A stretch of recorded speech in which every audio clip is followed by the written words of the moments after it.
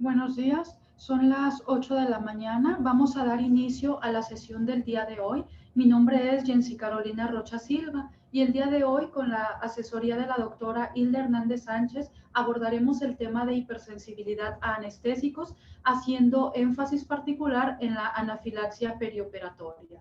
Las reacciones de hipersensibilidad inmediata perioperatoria son raras, sin embargo, implican una alta mortalidad y generan un desafío para el médico, tanto anestesiólogo como alergólogo, para el diagnóstico de este tipo de padecimientos. Esto es por los efectos de los anestésicos que se administran en el periodo perioperatorio, los efectos mismos del procedimiento quirúrgico, la exposición a múltiples fármacos en un corto periodo de tiempo, además de las exposiciones ocultas y los diferentes diagnósticos diferenciales. Las reacciones adversas a medicamentos llegan a afectar hasta 10% de la población general y esta cifra se duplica en pacientes hospitalizados. Los medicamentos son la causa más frecuente de anafilaxia fatal, sin embargo, la heterogeneidad de los estudios hace que calcular la incidencia de anafilaxia perioperatoria sea compleja, ya que el rango abarca desde 1 a 353, 1 por cada 353 procedimientos a 1 en 18.600 procedimientos, dependiendo del estudio que se tome en cuenta. La anafilaxia perioperatoria, por definición, es una reacción de hipersensibilidad sistémica grave, de inicio rápido, impredecible, potencialmente mortal, que puede ocurrir después del uso de diferentes medicamentos, sustancias o estímulos durante un procedimiento anestésico o quirúrgico.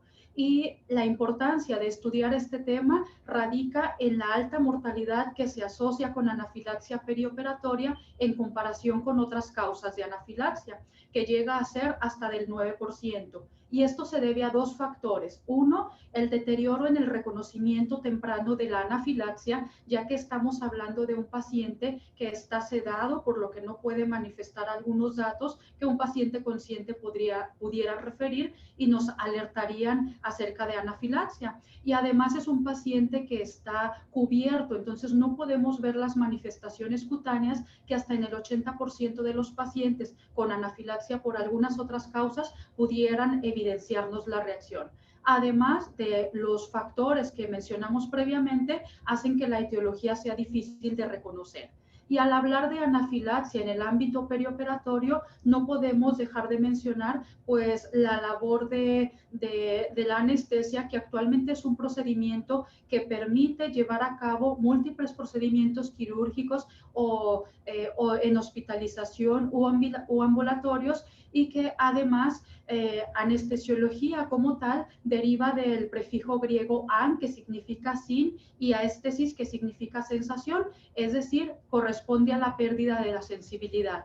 Y el primer reporte documentado de la técnica de anestesia fue en 1846 y se atribuye a William Thomas Hill Green Morton. Él realizó una demostración de la técnica de anestesia en el Hospital General de Massachusetts en un paciente que fue sometido a una cirugía de un tumor de cuello, y prácticamente esa demostración se inmortalizó en esta imagen que, si recordamos cuando estudiamos la carrera en nuestras clases, ya sea de historia de la medicina o de anestesiología, pues es una imagen que viene generalmente en los libros. Y hablando de los medicamentos más comunes usados durante la anestesia, tenemos que mencionar varias familias. Dentro de ellas, los más importantes son los bloqueadores neuromusculares, que tienen su efecto a nivel de la placa neuromuscular, y el fármaco prototipo y el más asociado a reacciones anafilácticas es la succinilcolina, o en algunos países llamado sutsameconio. Después vinieron otros fármacos como pancuronio, atracuronio, becuronio, hasta el último aceptado por la FDA en 1996, que es el cisatracurio. Dentro de los fármacos, los bloqueadores neuromusculares generaron un parteaguas entre las prácticas de la técnica anestésica. Otro grupo de medicamentos que vale la pena mencionar son los neurolépticos. Este grupo de medicamentos son fármacos que no están químicamente relacionados, pero que van a generar una interferencia a nivel del sistema nervioso, y aunque su frecuencia de uso va disminuyendo en algunos de ellos, como por ejemplo el haloperidol y el tiopental, todavía se administran con relativa frecuencia, mientras que otros fármacos como la ketamina y el propofol cada vez se están usando con mayor frecuencia. De hecho, a la ketamina de manera reciente se le han atribuido algunas funciones neuroprotectoras, y es importante mencionar que la ketamina genera una activación del sistema simpático importante que contribuye a un incremento de la presión arterial, a diferencia de otros medicamentos como el tiopental, el propofol, que generan una disminución rápida de la presión arterial sin alteraciones en el sistema cardiovascular. El propofol es un medicamento que cada vez se usa con mayor frecuencia, sobre todo en procedimientos cortos o en los servicios de urgencias, no nada más en el ámbito perioperatorio. Dentro de los medicamentos también vamos a mencionar los morfinomiméticos, que son medicamentos similares a la morfina, que dentro de este grupo pues se incluye la morfina obviamente y algunos otros medicamentos sintéticos que son el pilar actual del manejo analgésico en los pacientes durante el periodo perioperatorio.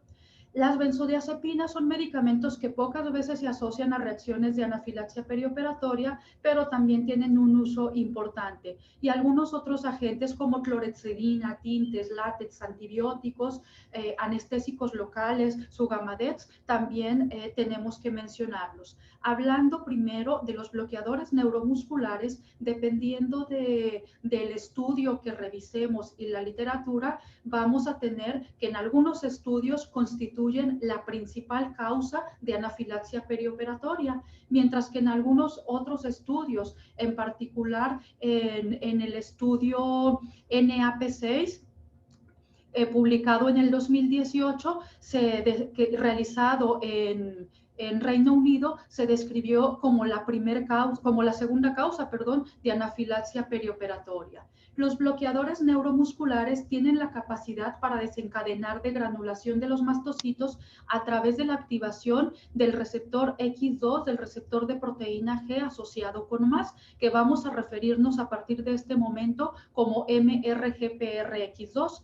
Esta desgranulación de los mastocitos asociada a este receptor se da principalmente por medicamentos como el atracurio y el mibacurio, pero tiene la característica de que es predecible y es dependiente de dosis. De hecho, por este motivo, Spoil y colegas en el 2017 propusieron que este tipo de reacciones asociadas a la desgranulación de los mastocitos con este receptor se clasificaran más bien como reacción de tipo A. ¿Por qué? Porque es una reacción asociada a medicamento dependiente de dosis y predecible, a diferencia de las reacciones de anafilaxia que son de tipo B, que no son predecibles y no se asocian, no tienen relación con la dosis. Hasta el 75% de los pacientes que presentan anafilaxia perioperatoria en secundaria a los bloqueadores neuromusculares se presenta en la primera exposición. Esto hace suponer que hay un mecanismo de sensibilización a través de la exposición a otros factores. Dentro de los más investigados tenemos la folcodina, que es un medicamento para la tos que fue altamente comercializado en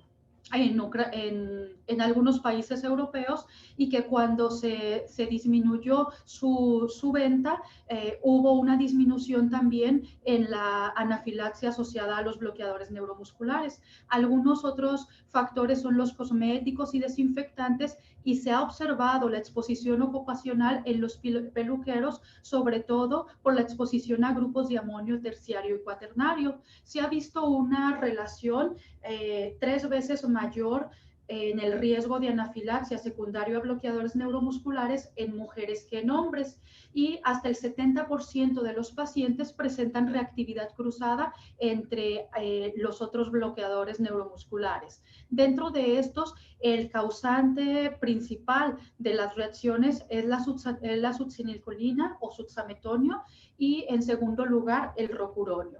Hablando de los neurolépticos, tenemos que la principal causa asociada con anafilaxia perioperatoria es el tiopental. Sin embargo, cada vez se usa con menor frecuencia. Dentro de la anafilaxia perioperatoria secundario al propofol se ha relacionado con el alifenol, que contiene dos grupos isopropilos que actúan como epítopos de antígenos. Y hay factores como el uso de dermocosméticos que contribuyen a la sensibilización primaria. En el caso de la anafilaxia asociada con el etomidato, la mayoría de las veces se deben a reacciones de hipersensibilidad mediadas por inmunoglobulinae, aunque son muy poco frecuentes. Y en el caso de los medicamentos como el haloperidol, el riesgo se incrementa sobre todo si hay una hipersensibilidad previa a las fenotiacinas. Hablando de los morfinomiméticos, estos tienen la capacidad, en particular la morfina, de incrementar la activación inespecífica de los mastocitos de la piel. Hay reactividad cruzada entre los medicamentos morfinomiméticos y los bloqueadores neuromusculares. Esto porque comparten iones de amonio cuaternario. Y aunque la anafilaxia secundaria a este tipo de medicamentos es muy rara, una vez que se presenta, en realidad tenemos un problema. ¿Por qué? Porque son el pilar del manejo analgésico en los pacientes perioperatorios y además es bastante complicado encontrar una alternativa segura. Hablando de las benzodiazepinas, tenemos prácticamente únicamente reportes de casos. Se han hecho la revisión más grande de la anafilaxia asociada a benzodiazepinas, fue realizada en el 2016 por Heiberger y colegas, y únicamente hay reportes en donde el medicamento más frecuente implicado es el midazolam. Sin embargo, no se puede hacer algún análisis mayor porque son solo reportes de casos y son muy heterogéneos. Otros medicamentos que estamos obligados a mencionar, en primer lugar, son los antibióticos, que en los estudios más recientes, en el proyecto de auditoría nacional realizado en el 2016, Harper y colegas describieron como principal causa de anafilaxia perioperatoria, aunque esto, como dije previamente, varía dependiendo de los estudios. Y hablar de la anafilaxia perioperatoria a los antibióticos en realidad podría llevarnos prácticamente otra sesión, y tendremos posteriormente una sesión dedicada exclusivamente a esto. Dentro de otros agentes tenemos la clorexidina, que es un antiséptico biguanida, que se ha incrementado cada vez más la frecuencia de anafilaxia secundario a reportándose hasta el 9.6% de los casos. Y en una serie de 36 estudios revisados, se observó que la vía intramucosa a través de la introducción de catéteres urinarios era la principal ruta de exposición, hasta en el 44% de los 36 estudios referidos. Y la intravascular era la segunda vía más frecuente, con hasta el 35% de las exposiciones, y por último la vía cutánea con 16%. Sin embargo, la clorexidina muchas veces pasa inadvertida porque no es algo que se documente, y la cantidad de exposiciones a nivel en el área de quirófano a este agente, pues en realidad es muy alta. Otros agentes que se han incrementado en los últimos años son los tintes azules en general, en particular el tinte azul patente, que en el estudio NAP6 se vio una frecuencia del 3.4%, y esto se ha incrementado, incluso se reportan incidencias hasta de 1 en cada 300 procedimientos, lo cual realmente es elevado. Sin embargo, esto se debe a que se usan cada vez más para el manejo de ganglios linfáticos centinela, en particular en cirugías como las referentes a cáncer de mama. Eso hace pues que al hacer la valoración del riesgo-beneficio, pues aunque la incidencia sea realmente alta, pues es un procedimiento que realmente puede salvar la vida de la paciente. Por lo tanto, pues se sigue utilizando y está a favor su uso. También los coloides, en particular las gelatinas, el destrano, son medicamentos que se han asociado hasta en un 4% de las reacciones de anafilaxia perioperatoria, esto en particular en hombres y sobre todo en pacientes que tienen una presencia de alergia a otros medicamentos. Esto lo vamos a detallar más adelante, pero tiene importancia aquí el síndrome de alfa-gal, ya que este está presente, por ejemplo, este carbohidrato está presente en algunos componentes y algunas gelatinas que pueden ser condicionantes de anafilaxia perioperatoria. Y otro factor importante son los medios de contraste, que también vamos a tener una clase específica para este tema. Y por último, el sugamadex, que es un derivado sintético gamadestrina que se une al bloqueador neuromuscular esteroideo, en particular al rocuronio. De hecho, la combinación rocuronio-sugamadex se usa con mucha frecuencia en países como Japón. Sin embargo, se ha asociado reacciones de choque anafiláctico secundarios al uso del sugamadex, y dado que cada vez esta combinación se usa con mayor frecuencia, pues se espera que cada vez haya mayor sensibilización. En el 2011, la Sociedad Japonesa de Anestesiología emitió una advertencia sobre el shock anafiláctico por este medicamento, y se han reportado 15 casos en la literatura de hipersensibilidad, de reacción anafiláctica, en la primera exposición, por lo que se sugiere que hay una reactividad cruzada con algunas otras sustancias, particularmente con la ciclodextrina, que está contenida en algunos alimentos. Dentro de los medicamentos, por último, mencionaremos los anestésicos locales, que si bien como causa de hipersensibilidad perioperatoria son raras, ya que se presentan en menos del 1% de las reacciones, y la mayoría de las veces, en realidad, la etiología de estas posibles reacciones de hipersensibilidad se deben a una reacción vasovagal, ya que hasta el 6% de la población tienen miedo intenso a las inyecciones, eventos adversos de la rápida absorción de vasopresores, niveles séricos tóxicos o incluso excipientes. Los anestésicos locales van a estar divididos en dos grupos, el grupo éster y el grupo amida. El primer grupo son aquellos que presentan mayor cantidad de reacciones alérgicas, y esto se ha asociado sobre todo con el metabolito del ácido paraaminobenzoico, que es responsable de gran parte de la antigenicidad. Y entre este grupo hay reactividad cruzada importante, mientras que los del grupo amida, que la lidocaína es el prototipo de estos fármacos, no presentan en general reactividad cruzada, y no hay reactividad cruzada entre los fármacos de uno u otro grupo. Una de las características principales de las reacciones de hipersensibilidad a anestésicos locales son más bien de tipo tardío, asociada a eritema fijo y asociada también a eczema, más que a reacciones de anafilaxia.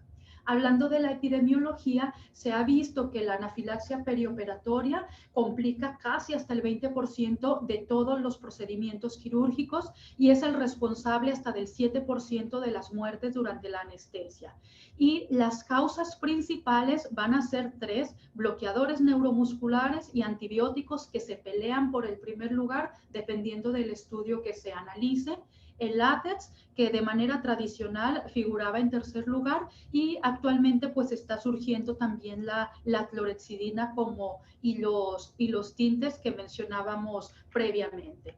Aquí en esta gráfica me gustó porque podemos analizar de manera comparativa los diferentes estudios importantes que se han realizado de anafilaxia perioperatoria, valorando los factores etiológicos. En este estudio realizado en el 2001, que incluyó 267 pacientes, podemos observar que la principal causa eran los bloqueadores neuromusculares, seguido por látex, y en tercer lugar antibióticos. Clorexidina, tintes azules, pues todavía no eran medicamentos que se sometieran a análisis. En el 2011 empieza a disminuir la frecuencia de bloqueadores neuromusculares, aumenta la de látex y empieza a aumentar también lo de los antibióticos. Y ya para el 2018, en el estudio de Harper y colegas, que es un estudio con una metodología muy adecuada, se observa una mayor frecuencia de causa por antibióticos, seguida de los bloqueadores neuromusculares, y aquí surgen otros agentes etiológicos, la clorexidina y los tintes azules. Aquí podemos observar entonces lo que le mencionaba ahorita, los antibióticos con una incidencia de acuerdo al estudio del proyecto nacional, del sexto proyecto nacional de auditoría realizado en Reino Unido, de 1 en más de 26,000 pacientes, y para los bloqueadores neuromusculares 1 en casi 20,000 pacientes. Hablando de los antibióticos, los dos más involucrados en este estudio fueron la amoxicilina con ácido clavulánico casi en el 50% y la teicoplanin en el 39%, y se observó una incidencia global de 4 por cada 100,000 exposiciones a fármacos, que realmente este sería la medida más adecuada para realizar la comparación. Y hablando de los bloqueadores neuromusculares, si bien fueron más frecuentes en cuanto a la cantidad de presentación, se observó una incidencia global de 5.3 por cada 100,000 exposiciones. Y a diferencia de lo reportado en otros estudios, aquí el culpable principal fue el rocuronio. Y en esta gráfica en esta tabla podemos observar cómo a lo largo de los años se hace una comparativa entre los bloqueadores neuromusculares, permaneciendo en primer lugar pues la succinilcolina, aunque en el último estudio del 2016 pues el porcentaje de pacientes con rocuronio fue mayor, pero la incidencia fue más alta para succinilcolina. ¿Y en qué momento ocurren las reacciones de hipersensibilidad perioperatoria? Hasta 58% van a ocurrir en el quirófano, y de estos 3% va a ocurrir antes de la inducción de la anestesia, más del 80% después de la inducción y antes de la cirugía, solo un 13% durante la cirugía y únicamente un 3% va a ser presentado después de la cirugía. Y dependiendo del momento en el que ocurre, vamos a tener la etiología más probable. Por ejemplo, cuando ocurren en la inducción, pues los culpables principales, ya lo mencionamos, los bloqueadores neuromusculares y los antibióticos. Los opioides, pues en realidad son poco frecuentes que se presenten como causa de anafilaxia perioperatoria. Durante la cirugía, también los antibióticos figuran como los protagonistas, y entran otros factores como la clorexidina, medios de contraste, látex, y en la fase de recuperación de manera tradicional se ha ubicado a látex, y de manera reciente se agregan medicamentos que revierten los efectos de anestesia, como por ejemplo el Sugamadex, que revierte el rocuronio. Es importante mencionar cuáles son los factores de riesgo que llevan a un paciente a presentar anafilaxia perioperatoria. Pero una pregunta que surge aquí es, ¿los pacientes con condiciones alérgicas preexistentes como atopia, urticaria, alergia alimentaria, tienen un riesgo más elevado de anafilaxia perioperatoria? Si respondemos sin analizar mucho y sin pensar, pues podríamos decir que sí. Sin embargo, vamos a analizarlo a detalle.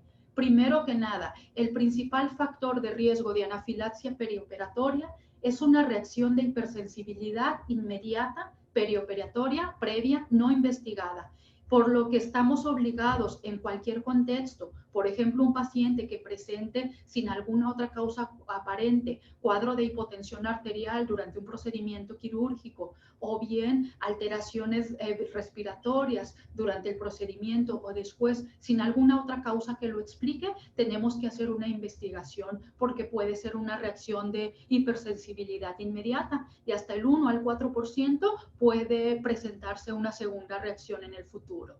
Y dentro de los factores vamos a tener los factores involucrados con el fármaco, que tienen que ver con las propiedades químicas, con el peso molecular, y también los factores del paciente, particularmente polimorfismos genéticos y la presencia de cofactores que están presentes hasta en el 30% de los casos. Hablando en particular de la atopia, no es un factor de riesgo para alergia a fármacos mediados por inmunoglobulina E. Sin embargo, dentro del contexto de atopia, el asma no controlada es un factor de riesgo importante para broncoespasmo perioperatorio. Sin embargo, recordemos que no todo el broncoespasmo que se presenta en el ambiente perioperatorio va a ser por culpa de anafilaxia, pero hay que tomar este factor en cuenta. Por otra parte, en pacientes con urticaria crónica, siempre debe de procurar tener un control antes de la cirugía para evitar alguna exacerbación. Y exceptuando el que se deben de evitar los inhibidores de COX-1 en los pacientes con urticaria crónica, por lo demás no está indicado realizar ninguna otra modificación al protocolo perioperatorio.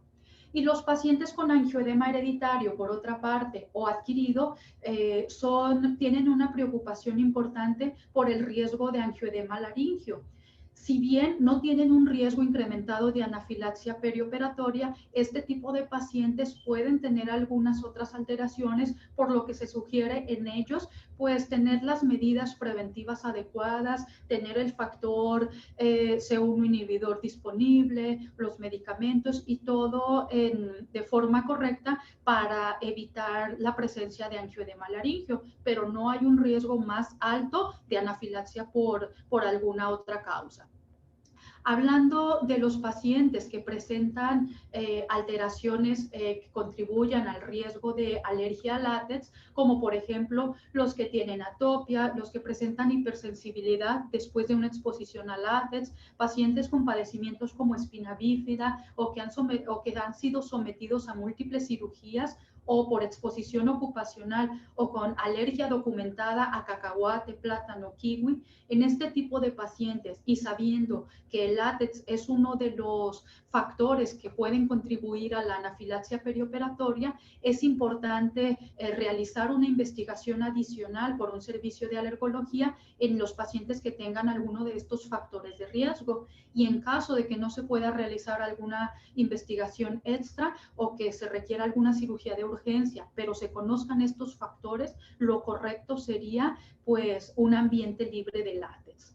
Hay otros factores de riesgo específicos para algunos fármacos, como por ejemplo los morfinomiméticos, dentro de los cuales se incluyen la sensibilización previa, el antecedente de alergia a opioides, la adicción a algunas drogas, pacientes mayores de 65 años o que presentan patología pulmonar previa, como enfermedad pulmonar obstructiva crónica u obesidad.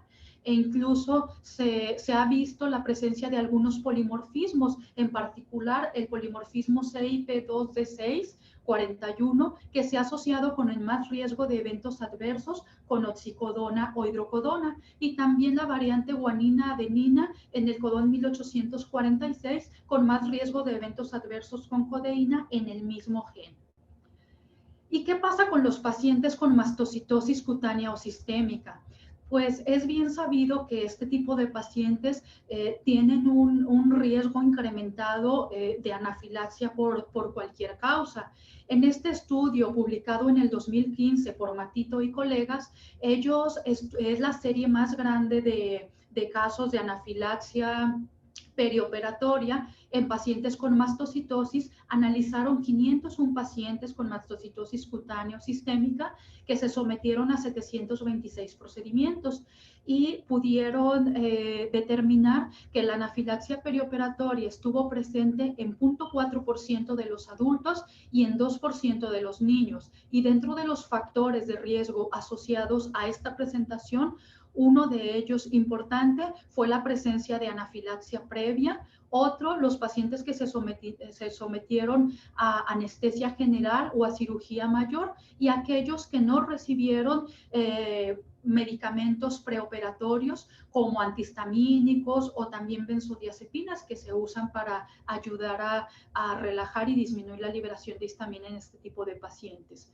Entonces, se vio que la frecuencia de anafilaxia perioperatoria era mayor en estos pacientes con mastocitosis en comparación con la población general. Sin embargo, cuando se hizo el análisis continuo de estos pacientes, se pudo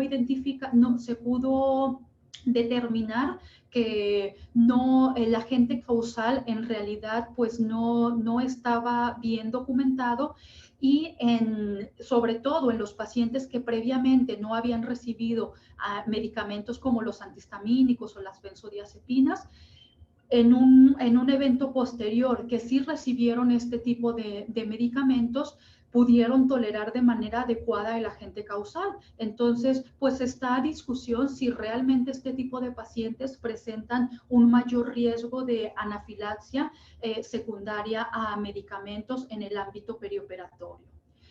¿Y qué medidas debemos de tomar con este tipo de pacientes? En particular para las benzilquinolinas, que son particularmente el atracurio y el mibacurio, se sugiere evitarlos. ¿Por qué? Porque estos medicamentos, sobre todo el atracurio, van a generar una liberación inespecífica de histamina. Entonces, esto puede condicionar la presencia de los datos de anafilaxia. Y aunque no se han estudiado de manera adecuada los antihistamínicos o los corticosteroides preoperatorios en este tipo de pacientes, se siguen sugiriendo. En cuanto a la anafilaxia perioperatoria y la alergia alimentaria, en pacientes que reciben propofol previamente debido a los componentes de la solución en la que viene contenido, que incluye soya, lecitina de huevo, glicerol, se pensaba que los pacientes que tenían alergia a la soya, al huevo o al cacahuate por reactividad cruzada con la soya, estaba contraindicado el uso del propofol. Sin embargo, se han hecho varios estudios y no se ha encontrado evidencia que incrimine o que genere una reactividad alergénica por el vehículo lipídico. Más bien se sospecha del grupo isopropilo o el anillo fenólico como el determinante alergénico. E incluso hay 6 informes de casos publicados con sospecha de alergia al propofol en personas alérgicas a estos alimentos, y en realidad pues carecen de evidencia confirmatoria, por lo que no hay ninguna contraindicación para el uso de propofol en los pacientes con alergias a estos alimentos. Y hablando también de alergia alimentaria, tenemos que mencionar el síndrome de alfa-gal, que presenta por la reacción dependiente de inmunoglobulina E al carbohidrato galactosa alfa 1,3 galactosa, que está presente particularmente en los mamíferos y cuya sensibilización se presenta a través de la picadura de la garrapata Amblyomma americanus principalmente. Se ha observado en pacientes que tienen síndrome de, se ha observado, perdón, en algunos compuestos utilizados o medicamentos usados en el ámbito perioperatorio, que algunos ingredientes inactivos pueden ser de origen animal y pueden contener este carbohidrato alfa-gal, particularmente el ácido esteárico y láctico pueden ser de origen animal o vegetal. Cuando son de origen vegetal, no problema, pero cuando son de origen animal, podemos tener en un paciente con síndrome de alfa-gal una reacción de anafilaxia perioperatoria, y esto está contenido, por ejemplo, en las tabletas de oxicodona, en haloperidol, en la hidromorfona. Entonces son medicamentos que realmente se llegan a usar con frecuencia, mientras que hay otros componentes como el estearato de magnesio, la glicerina y la gelatina, que también pueden tener un ingrediente inactivo de origen animal. Cada vez se van viendo componentes en los cuales está asociado el síndrome de alfa-gal. Por ejemplo, de uso muy común son las gelatinas, particularmente Hemacel, Gelofuscin, poligelina, los parches de lidocaína. Entonces, es importante en un paciente que tenemos un historial de reacción de hipersensibilidad al cetuximab o a la carne de manera tardía que pudiera estar asociado con el síndrome de alfa-gal, tener las precauciones. Hay en Dugman y colegas en el año pasado, en este artículo publicado, mencionaron los medicamentos que se sugiere evitar en los pacientes que tengan sospecha de síndrome de alfa-gal. Dentro de ellos tenemos el acetaminofén, el haloperidol, la hidromorfona y la pregabalina y el gel. Y el gel que también contiene gelatina y que puede ser de un derivado bovino.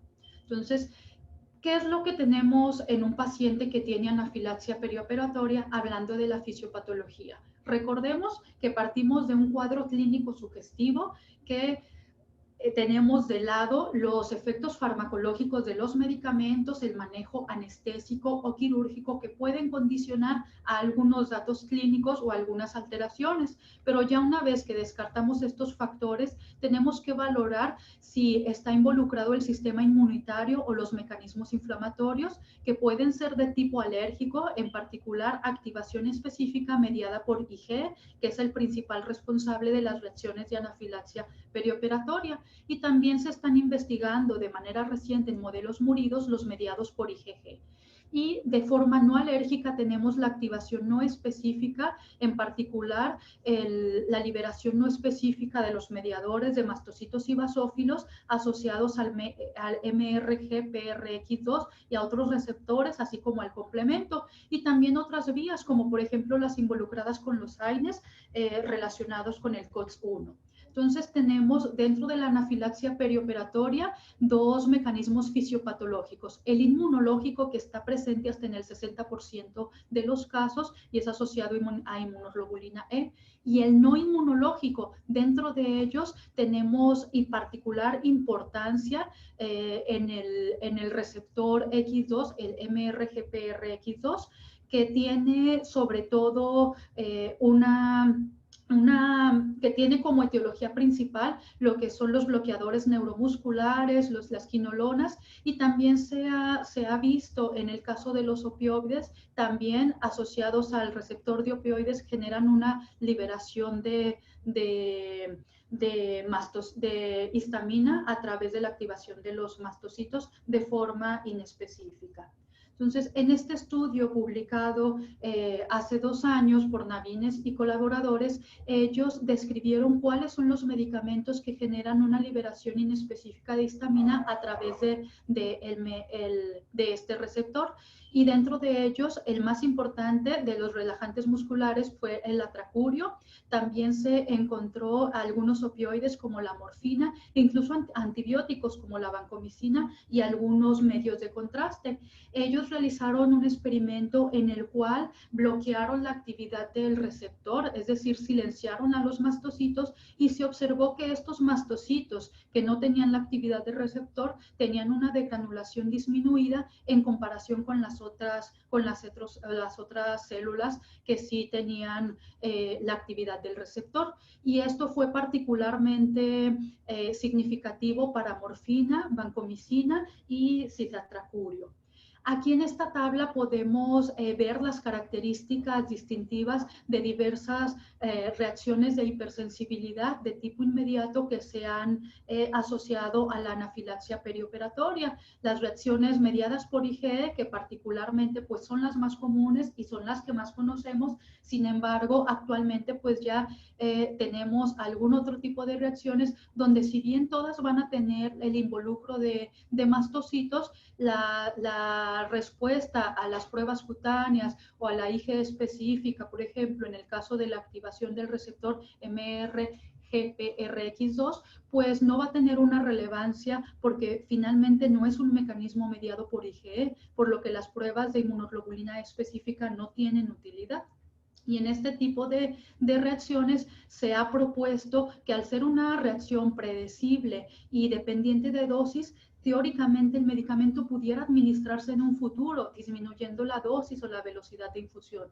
Mientras que en las alteraciones mediadas de tipo inmunológico por IgE o no IgE, pues no es recomendado administrar posteriormente el medicamento en cuestión. Y generalmente en las mediadas por IgE, a diferencia de otros medicamentos, no se considera la desensibilización. ¿Por qué? Porque hay otras alternativas.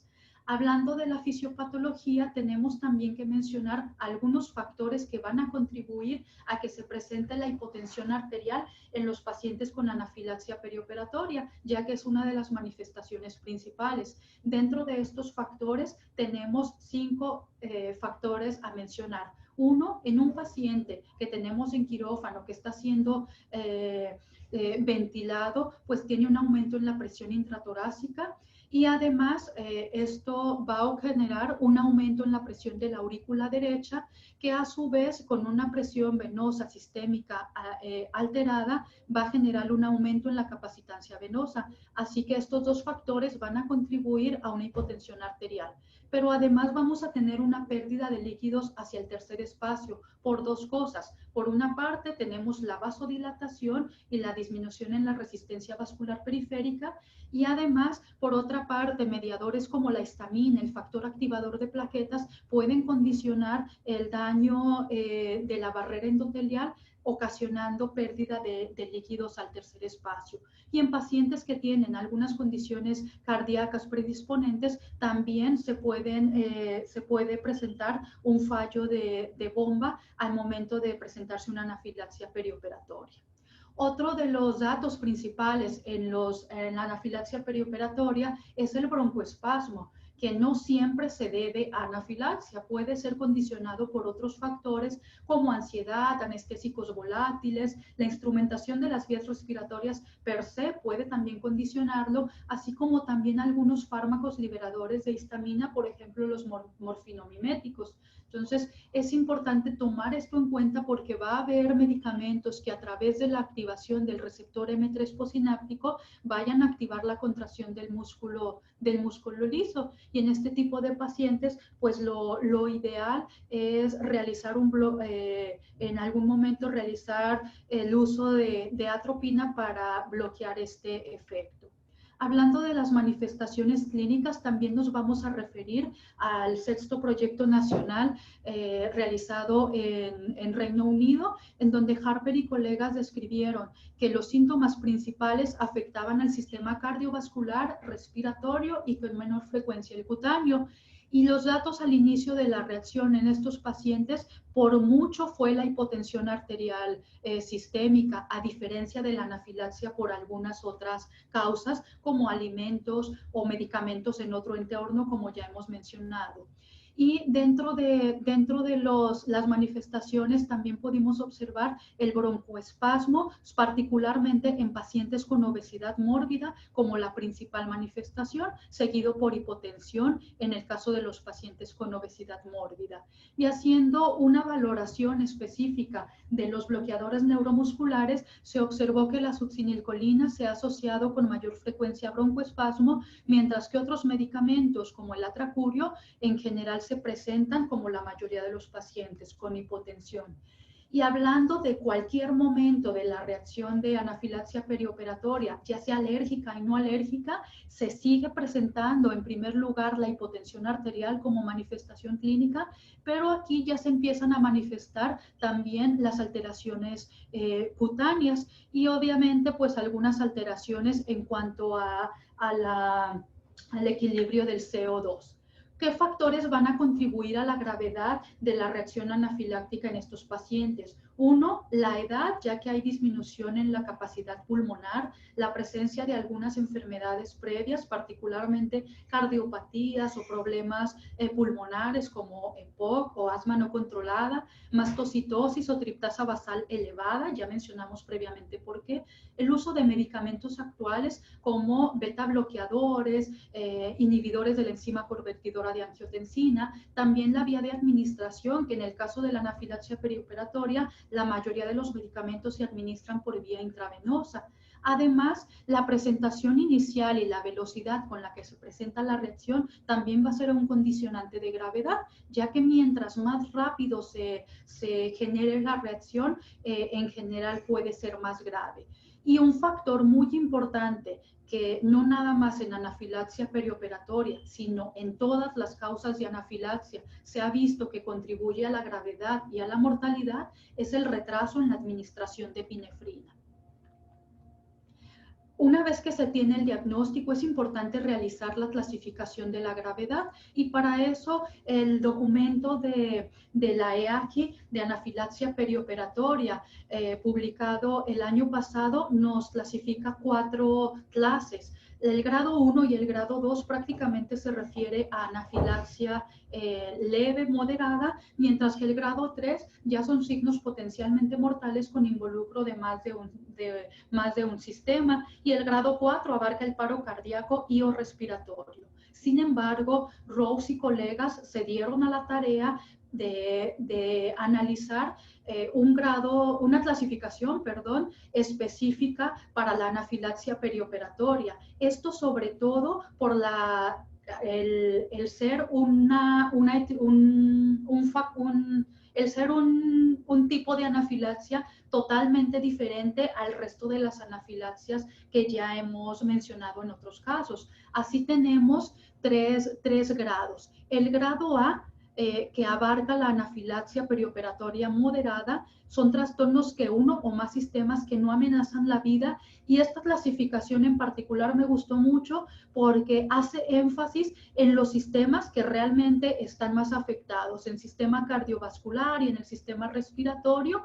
En el grado B, la anafilaxia perioperatoria potencialmente mortal con alteración del sistema cardiovascular medido de manera objetiva con una presión arterial sistólica menor de 60 o taquiarritmia o bradiarritmia potencialmente mortal, y alteraciones en el sistema respiratorio con saturación de oxígeno menor a 90, con alteraciones en la presión inspiratoria mayor a 40, dificultad grave para inflar los pulmones, que es lo que va a notar el anestesiólogo, y finalmente el grado C, que abarca paro cardíaco, respiratorio o ambos. Pudiera parecer compleja esta clasificación, sin embargo, recordemos que es un paciente que está monitorizado. Entonces, estos datos realmente están disponibles en el ámbito perioperatorio y permiten llevar un mejor control de este tipo de pacientes. Y hablando del diagnóstico o manejo, pues es importante tener un control y un trabajo en equipo entre el anestesiólogo, que va a ser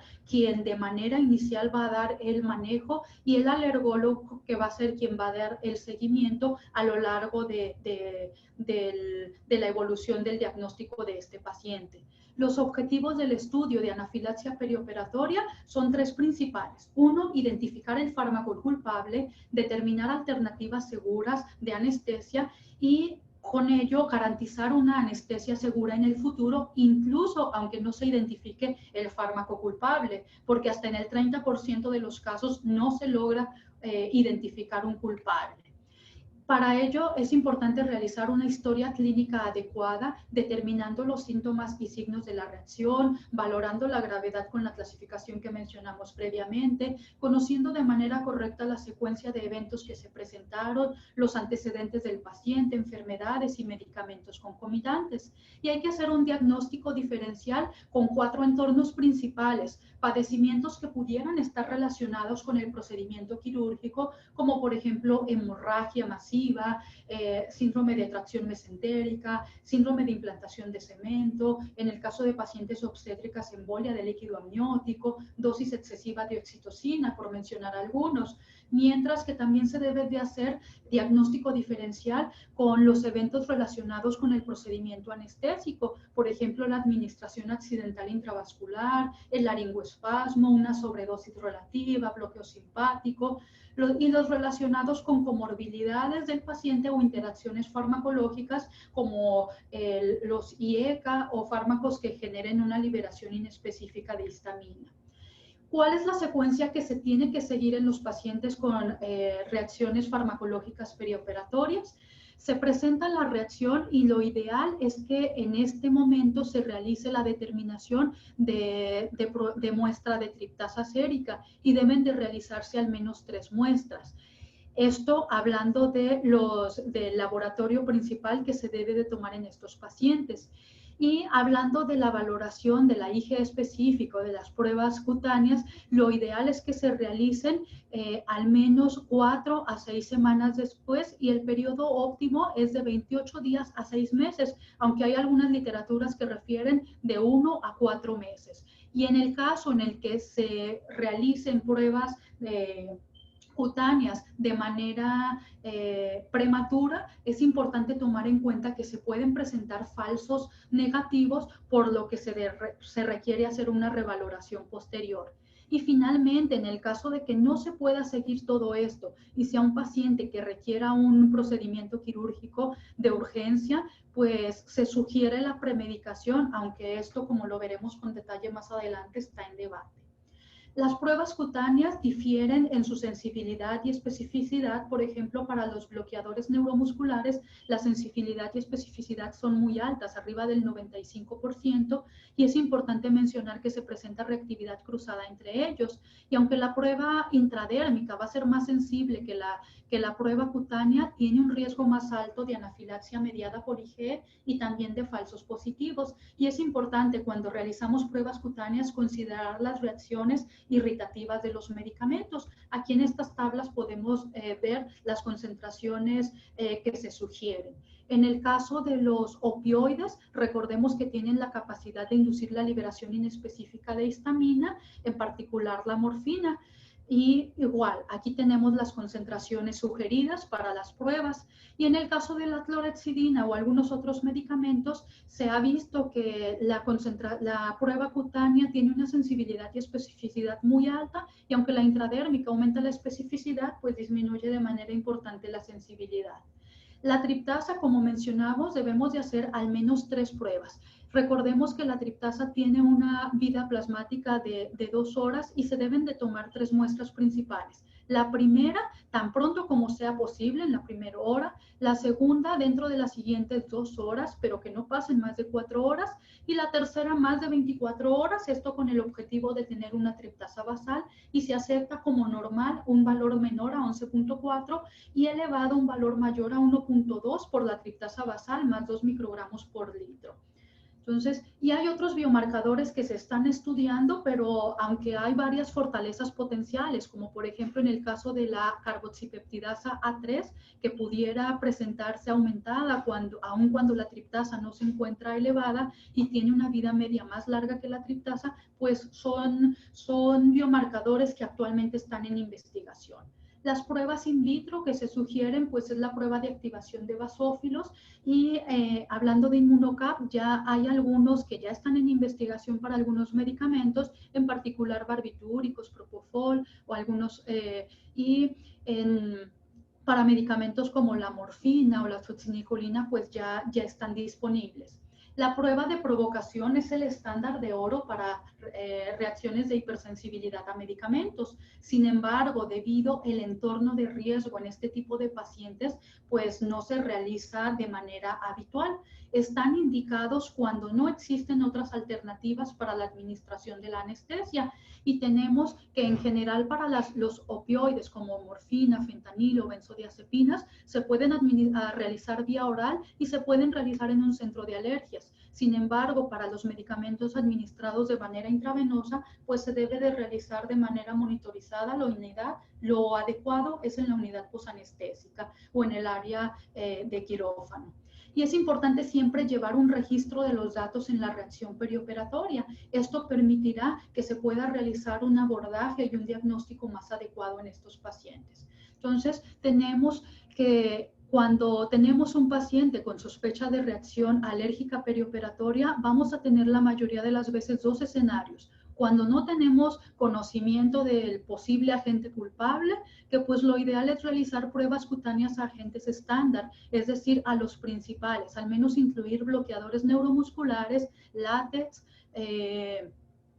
clorexidina y antibióticos. Pero si tenemos algunos datos sobre el agente culpable y se descarta que sean anestésicos, el paciente se estudia de manera normal por el alergólogo. Pero si el agente culpable es un posible anestésico, se deben realizar pruebas con el agente culpable, pero además, debido a la alta frecuencia de clorexidina como causa de anafilaxia perioperatoria y a el uso inadvertido de esta, también se sugiere que se incluya. ¿Y qué es lo que vamos a hacer en un paciente que tiene sospecha de reacción alérgica perioperatoria o antecedente de reacción que no se ha investigado? Aquí tenemos 2 escenarios. Este paciente tiene la sospecha, pero se va a someter a un procedimiento de emergencia y no tenemos más datos acerca de la posible causa de esta reacción en cuestión. Entonces, en ese tipo de pacientes, lo ideal es usar técnicas de anestesia regional o inhalada en la medida de lo posible. los menos fármacos posible, evitar los fármacos que generan más riesgo, como por ejemplo los bloqueadores neuromusculares, y evitar los desinfectantes y el látex. Además, si se indican antibióticos, como es una práctica común en la actualidad, evitar las penicilinas y las cefalosporinas, y obviamente estar pendientes de los datos de sospecha de anafilaxia.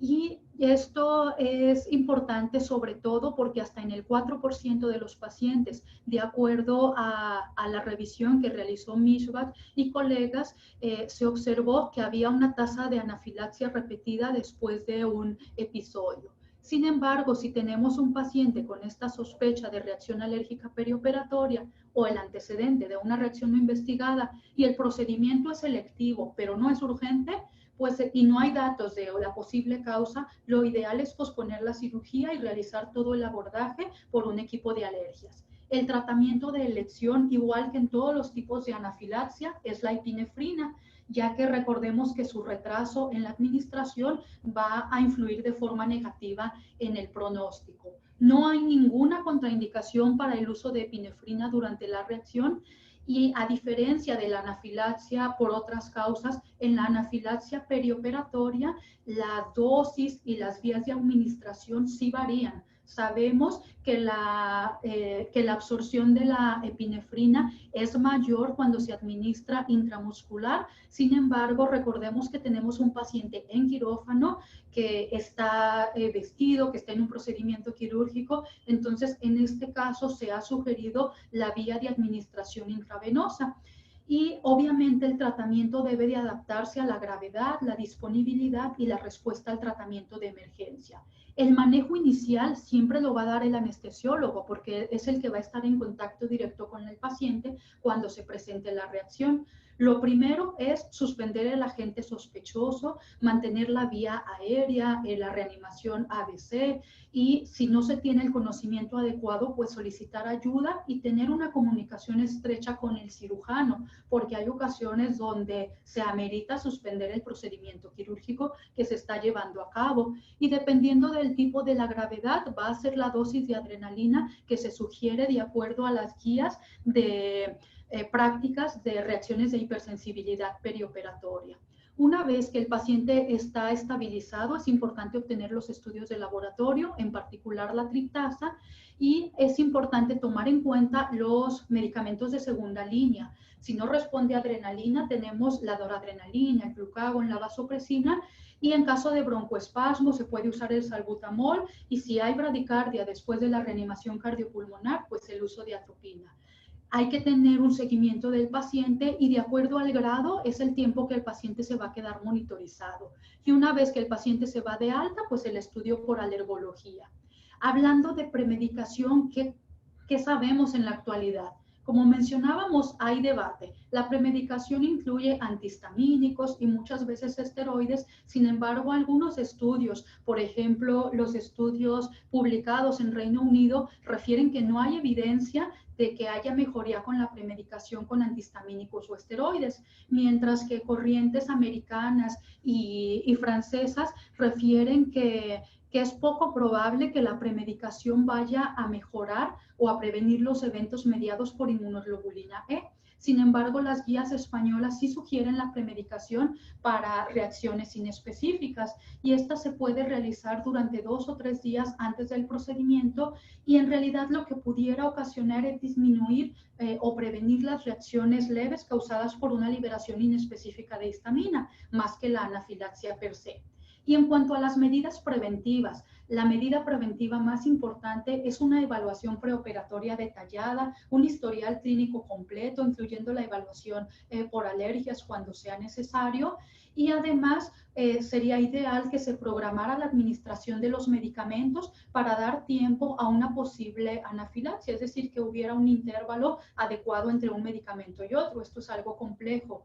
Y es importante mencionar y aclarar que no se recomienda la detección preoperatoria sistemática de ningún fármaco o grupo de fármacos en pacientes sin antecedentes relevantes de una reacción.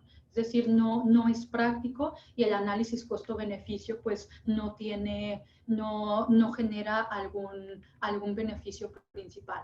Como conclusiones personales, entonces tenemos que las reacciones de hipersensibilidad son un evento raro, pero con una alta mortalidad, y dentro de los agentes etiológicos se ha variado a lo largo del tiempo. Sin embargo, los principales de manera histórica son los bloqueadores neuromusculares, los antibióticos que van ahí ganando la batalla, y el látex y algunos otros medicamentos que se han incrementado de manera reciente. El principal factor de riesgo para anafilaxia perioperatoria es una reacción de hipersensibilidad previa, y es importante la comunicación entre alergólogos y anestesiólogos para generar un mejor manejo de este tipo de pacientes, y como en todas las anafilaxias, la adrenalina es el tratamiento de elección. Por último, queremos hacerle la invitación para nuestra reunión científica anual que se llevará a cabo el 9 y 10 de octubre. Va a ser totalmente en línea. Pueden escanear el código para inscribirse, y es importante pues que lo realicen pronto porque pues la asistencia pues está limitada.